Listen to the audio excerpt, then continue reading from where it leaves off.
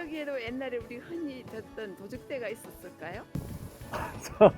사실 우리나라에 산적들이 굉장히 많았었는데 실질적으로 여기서 산적이 있었다는 이야기는 전해져 있는 건 없어요. 그런데 양쪽에 알겠지만은 약수터가 많이 있습니다. 저쪽에는 별로 없어요. 이쪽에 약수터가 많이 있어가지고 사람들이 치료하는 사람들이 많이 왔고요. 실제적으로 삼봉약수라든가 개인약수가 있는데 삼봉약수 같은 경우는 병 치료하는 사람들도 그렇지만 옛날에 돌을 닦는 사람들, 수행을 하는 사람들이 바로 이 삼봉약수 주변 지역에 와서 수행을 했습니다. 제가 70년대 그런 것들을 좀 보곤 했었는데요. 여기에 실제 도인들이 이 지역에 와서 수행을 하고 있습니다. 여기가 실제로 고구려 형태였습니다. 백제는 영역이 미치지 못했고요.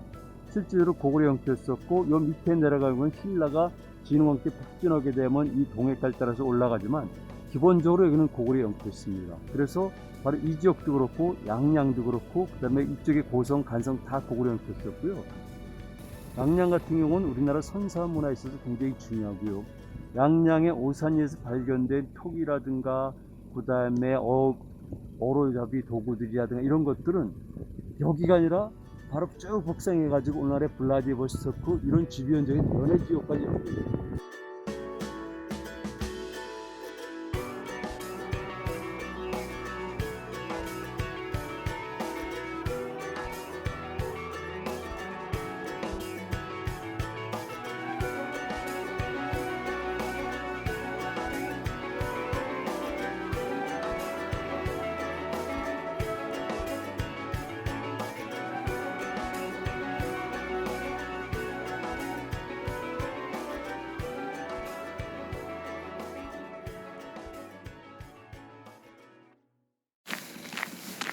이야, 오, 숨이 막혀.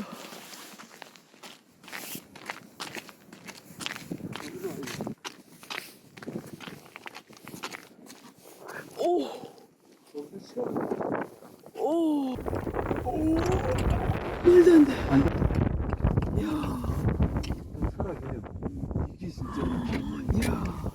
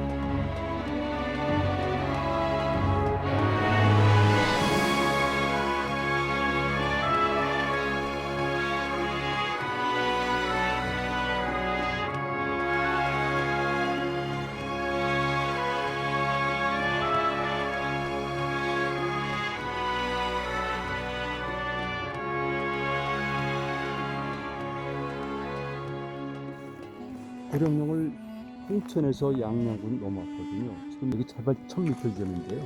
과학적으로 있는 것이 백두대간 중에서도 쭉 연결되어 있죠. 저기 바로 서랍 쪽입니다. 그래서 바로 지금 이 너머부터 바다가 보이는데요. 저 설악산 너머가 전부 다 바다입니다. 보시는 것처럼 저기 정동으로 시작해가지고 쭉 북동 방향으로 흘러가면서 지금 백두대간이 연결되어 있습니다. 이 구룡령은 백두대간, 이 특히 중부지방의 동해 쪽에서는 중요한 길 중에 하나인데요. 북쪽에서 보게 되면 일단 첫 번째는 진부령이 있고요. 그다음 두 번째는 미시령이 있고, 세 번째는 한계령이 있고, 네 번째는 여기 구룡령이 있고, 그리고 그 다음에 있는 것이 대관령입니다. 그런데 대관령은 당연히 강릉도 때문에 일찍부터 굉장히 중요한 길로 개발이 됐고요. 북쪽에서는 실질적으로 길이 거의 없었습니다. 사용이 안 되고, 다만 진부령이 고성 간성 때문에 관리들을 비롯해서 일부 사람들이 활용을 했고요. 그 다음에 한계령이라든가 미시령은 사실은 아주 늦게 최근에 들어서 개발된 길이라 보면 됩니다. 거기에 반해서 구룡령은 일찍부터 길이 있었지만 워낙 험하기 때문에 여기는 실질적으로 도로 기능을 제대로 하지 못했었죠. 그래도 아주 오래전부터 사용된 것이 바로 이 구룡령입니다. 9마리의 용이라는 말이 들 정도로 이 지역에서는 산세들이 굉장히 험악하고 그리고 많은 산들이 겹겹이 있는데요. 백두대간을 잘 바라볼 수 있는 전망이 좋은 곳 중에 하나가 바로 이 구룡령입니다. 그리고 저 뒤에 사람 있습니다만 그 앞쪽에서 보게 되면 약 1000m 고지를 해가지고 평평하게 산맥들이 연결된 것을 알 수가 있어요. 여기서 제가 드릴 말씀이 하나 있는데요. 저도 지금 무심코 산맥이란 말을 썼는데 원래 산맥이란 말은 쓰질 않습니다. 일제시대 때 전기에 바로 일본의 지리학자인데요. 사실은 정식 지리학자는 아니죠. 그것도 분지로가 지리학적 개념을 적용해서 굉장히 이 지역을 두 번에 걸쳐서 샅샅이 조사한 다음에 한국의 지형을 산맥 개념을 적용시킨 겁니다. 그래서 우리가 알고 있는 태백산맥, 소백산맥, 낭림산맥 이런 산맥이 있는데 원래 우리는 대간, 정간 개념으로 되어 있습니다. 그래서 백두대간이 쭉 북쪽부터 해서 남쪽까지 연결되고 있고요. 이게 백두대간입니다. 그리고 장백, 정간이 있고 이렇게 매기로 연결되어 있는 거죠. 이런 것들은 바로 우리가 흔히 말하는 자연, 그리고 원래 우리는 산천이죠. 산천을 일종의 유기체로 보는 겁니다. 그래서 살아있는 유기적인 존재를 보기 때문에 이렇게 대간과 정간과 맥 개념으로 봅니다. 조선 말기에 나온 책이죠. 산경표. 산경표를 보게 되면 거기 이런 개념이 들어가 있는데요. 이것을 1970년대 후반에 이우영 씨가 처음으로 이것을 대중에 알려주기 시작했고요. 그리고 1980년대 초에 바로 산악인들을 중심으로 해서 백두대간이라는 용어가 사용됐고, 지금은 많은 사람들이 일반적으로 백두대간이라는 용어를 사용하고 있습니다.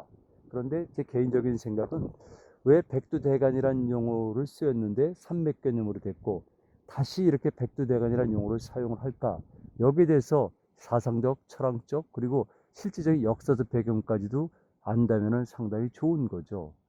백두대간이라는 개념을 우리가 제대로 안다면 산과 물은 하나로 이어졌고 모든 산은 끊임없이 이어져 있고, 그리고 인간은 이 산과 이어진 물, 여기 한 부분이라는 것을 확인할 수가 있습니다. 2004년도에 제가 백두산에 올라간 적이 있는데요. 그때 백두산은 저는 물론 여러 번 올랐습니다만은 2004년도에 올라간 백두산은 북한을 통해서 올라간 겁니다. 바로 백두대간이 시작됩니다. 이런 데서 보면 역시 자연은 살아있다는 것을 확신할 수가 있습니다. 저런 걸 보면 삶이 유장하다는 걸 느낍니다.